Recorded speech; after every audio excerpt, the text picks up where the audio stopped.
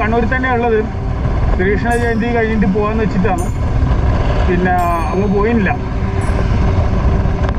കാരണം എന്ന് വെച്ച് കഴിഞ്ഞാൽ ചുരന്മാരയിൽ അത് കഴിഞ്ഞ ശേഷം ഒരിക്കൽ ഞാൻ വയനാട്ടിൽ പോയിട്ടുണ്ട്. അതിന് ശേഷം പിന്നെ അങ്ങോട്ട് പോയിട്ടില്ല. എന്താ കാരണം വെച്ച് കഴിഞ്ഞാൽ ഒരു മനസ്സിനൊരു സുഖമില്ലാതുകൊണ്ടാണ്.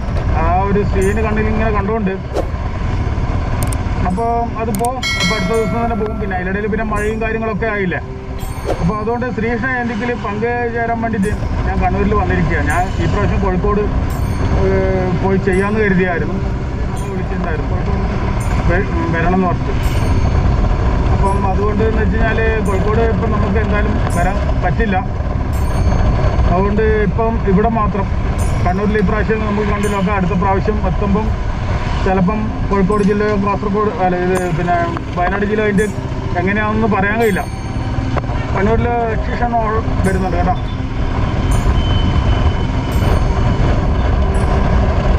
മഴയുണ്ടാവുമെന്നൊന്നും പറയാൻ കഴിയില്ല.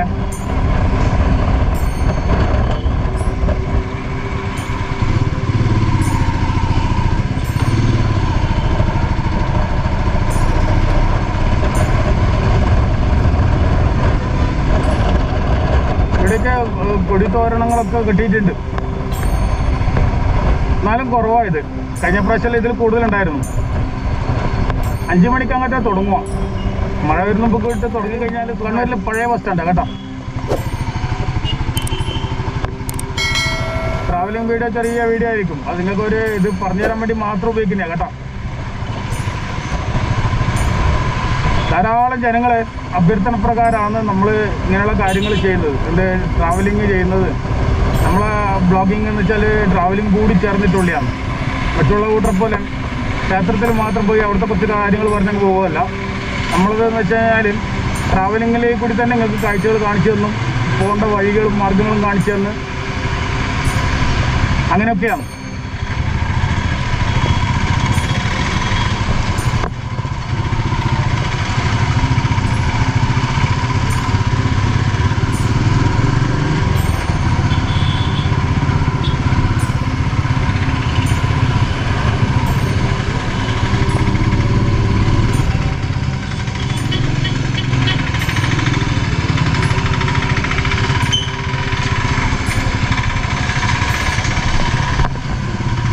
കിണർ പോലെ ഉണ്ടാകും കിണർ. അപ്പോൾ അതുപോലെ തന്നെ അവിടുത്തെ ക്ഷേത്ര ഭാരവാഹികളെ കൊണ്ട് അവിടുത്തെ ചരിത്രങ്ങളും ഐതിഹ്യങ്ങളും കഥകളും പറയിപ്പിക്കുക അങ്ങനെയാണ്. അതല്ലാതെ നമ്മൾ ഒരു ബുക്ക് വായിച്ചിട്ടോ അല്ലെങ്കിൽ മറ്റുള്ള ഇതിലൊന്നും അല്ല ചെയ്യുന്നത്. നമ്മൾ ഒരു വെറൈറ്റി ആയിട്ടുള്ള രീതിയിലാണ് തുടക്കം മുതലേ ചെയ്തുകൊണ്ടിരിക്കുന്നത്. അങ്ങനെ ചെയ്യുന്നവർ ഒത്തിരി ഉണ്ട്.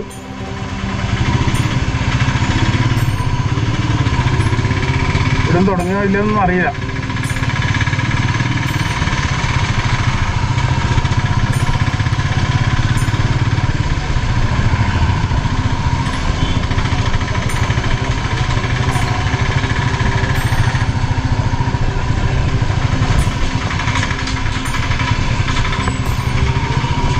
ഇവിടെ ഒന്നും കാണുന്നില്ലല്ലോ. ഇവിടെ ഇല്ല ഒന്നും പരിപാടി. ഇരുപത്താറിന് ഇവിടെ ഇങ്ങനെ കൊടിയും തോരണങ്ങളൊക്കെ ലോറിയൊക്കെ വെച്ചിട്ടാണുള്ളത്. എവിടെയാണെന്ന് ഇത് ഒരുക്കി വെച്ചുള്ളതെന്ന് അറിയില്ല.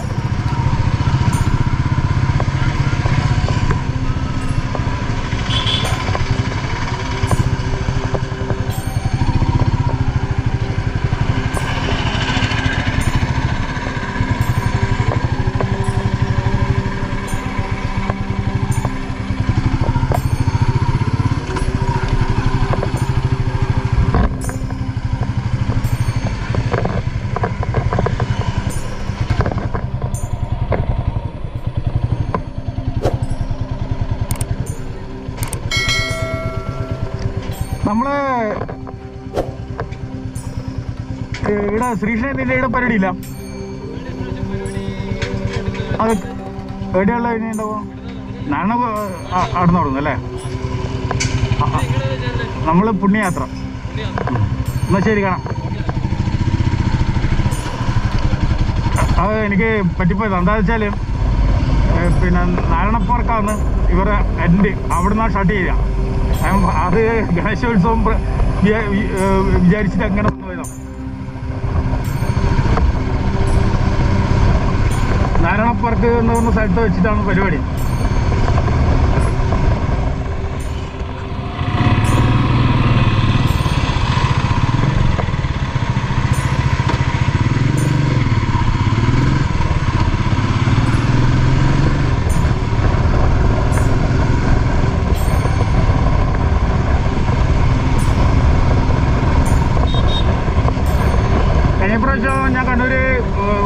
ഗുരുവായൂരിലായിരുന്നു ഉണ്ടായത്, അല്ല കേദാർനാഥിലായിരുന്നു ഉണ്ടായത്. ആ സമയത്താണ് വന്നത് ഇങ്ങോട്ടേക്ക്.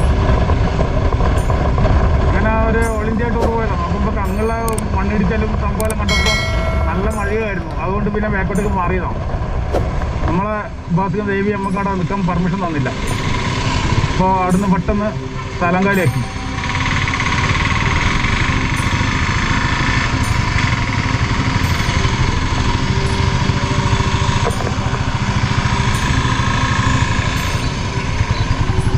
ഇവിടുന്നാണ് സാധാരണ ഉണ്ടായില്ലേ, നോക്കട്ടെ.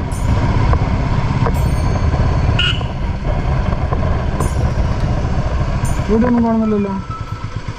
ടൂർ പരിപാടി എവിടെയാ ഇപ്രാവശ്യം? കാനത്തൂർക്ക് അവൻ്റെ അടുത്താ.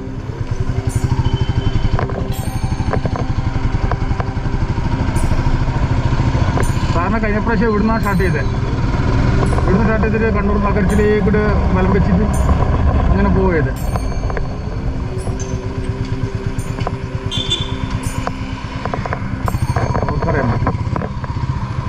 ഇത് കണ്ണൂർ SM പാർക്കാണ് കേട്ടോ.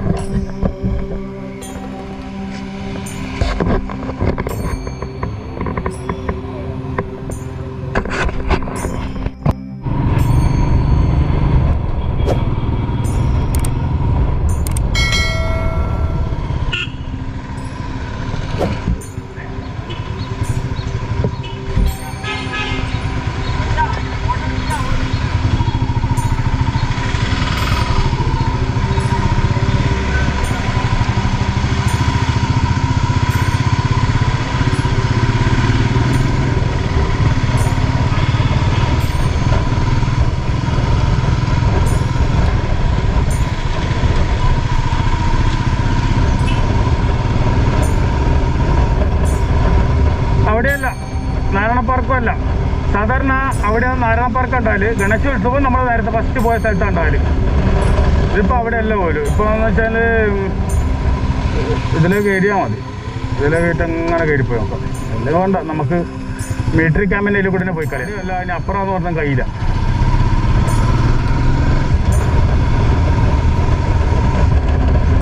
ഇത് കണ്ണൂർ പയ്യാമ്പലം പോകുന്ന വഴിയാണ്, റൂട്ടാണ്. പയ്യാമ്പലം ബീച്ചിലേക്ക് പോകുന്ന റൂട്ടാണ്. ശ്മശാനം എല്ലാം ആ ഭാഗത്ത് തന്നെ വരിക. ഇത് മിലിറ്ററി പിന്നെ ഹോസ്പിറ്റലിൻ്റെ ഭാഗമാണ് ഇത് കേട്ടോ. കണ്ണൂർ മിലിറ്ററി ഹോസ്പിറ്റൽ ഇതാണ് കേട്ടോ.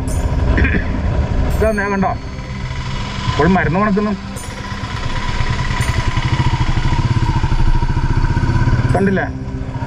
സൈനിക ആശുപത്രി.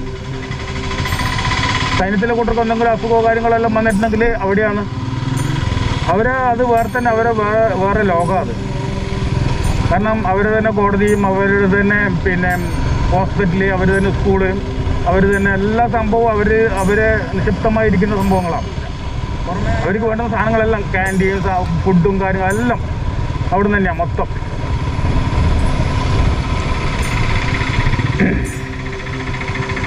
ഇത് മന്ത്രിമാരെല്ലാം വന്നു കഴിഞ്ഞാൽ നിൽക്കുന്ന ഒരു സ്ഥലമാണ്. കണ്ണൂർ ഗസ്റ്റ് ഹൗസ് എന്ന് പറയും. അങ്ങോട്ടാണ് മുമ്പിട്ടെല്ലാം അങ്ങോട്ടൊക്കെ പോകാൻ പറ്റും. നേരെ മിലിറ്ററി അത് ഫുൾ കവർ ചെയ്തു. അവിടെ ഒരു ബേബി ബീച്ച് എന്ന് പറഞ്ഞിട്ട് അങ്ങനെ ഉണ്ട് കേട്ടോ. ഞാൻ അധികം ചില കാനത്തൂർക്കാവ് ഷൂട്ടിങ് ചെയ്ത സമയത്ത് ഞാൻ ലൊക്കേഷൻ ഇടുന്നത് അവിടെയാണ് ഇടാറ്. ഇത് കണ്ട ടാങ്ക് കണ്ട, മിലിറ്ററിൻ്റെ ടാങ്കാണ്. ഇതാണ് കാനത്തൂർ ആസ്പത്രി, അല്ല കാനത്തൂർ പിന്നെ അമ്പലം കേട്ടോ. അല്ലപ്പോൾ ഇവിടെയും ഇല്ലല്ലോ.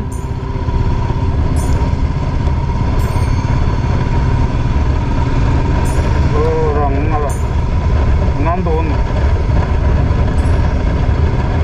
ഇവിടെയാണെങ്കിൽ ഞാൻ എൻ്റെ സാധനങ്ങളെല്ലാം വെക്കാൻ വലിയ ബുദ്ധിമുട്ടാണല്ലോ പോകാനെ.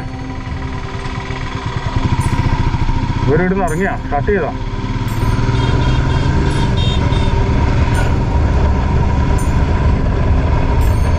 ഒന്നുമില്ലാത്ത സ്ഥലത്ത് ഇവർ കൊണ്ടുവച്ചിന്.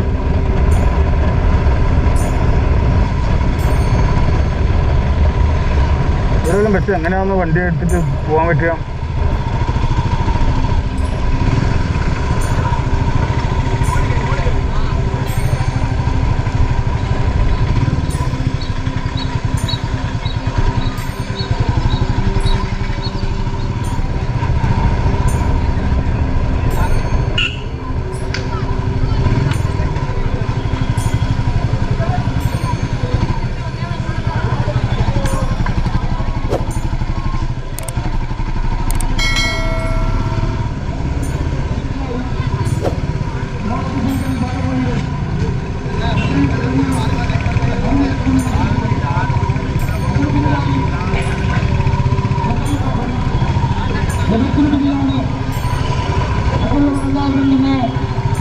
അണിനിരക്കേണ്ടത് എത്രയും പെട്ടെന്ന് തന്നെ ശോഭയാത്ര ആരംഭിക്കേണ്ടതുണ്ട്.